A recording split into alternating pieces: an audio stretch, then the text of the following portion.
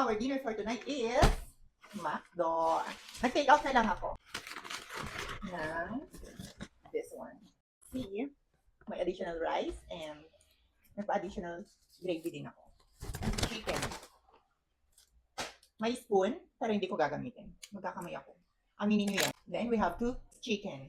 Mas gusto ko yung tinitake out siya kasi gusto ko talaga yung kinakamay, talagang alam mo yung kuhang-kuha kahit anong laman. Kasi 'di ba pag nasa tayo, sa McDo tayo, parang ang hirap namang magkamay ka ng bonggang-bongga kaya parang hinahawak-hawakan lang natin is yung sa dulo. So, ano itong gravy? Is the rice. Kain tayo. 'Di ba? Sabi nila pag kumita ka daw kahit konti, treat mo naman yung sarili mo. Let's try. Kain po tayo. Mangantana, mangaon. Try natin. Na-miss ko. Hindi ko lang nasabi. Mas gusto ko pala yung spicy. Kaso, okay na to. Sakto lang. Bago yung chicken nila.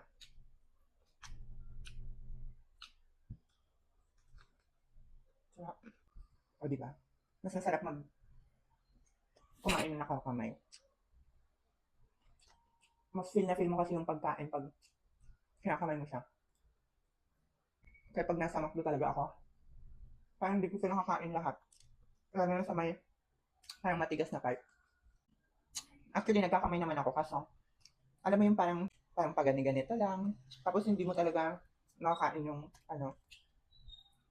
laman niya lahat. Thank you Lord for this food. Parang masyadong lang yung gravy nila. Masyadong watery. Hindi ba tawag doon? Masisip ko kasi yung medyo parang malapot ng konti.